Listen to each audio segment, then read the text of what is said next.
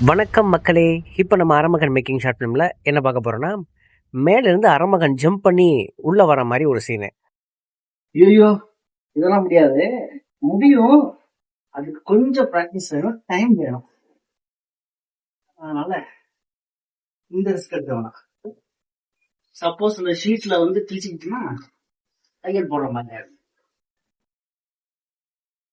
ரொம்ப ஷார்ப் ஆகுறதுக்கு இது டேஞ்சர்.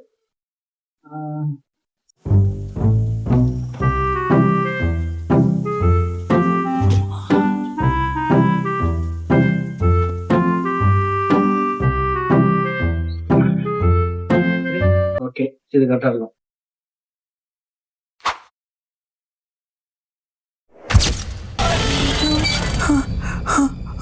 ஐயோ,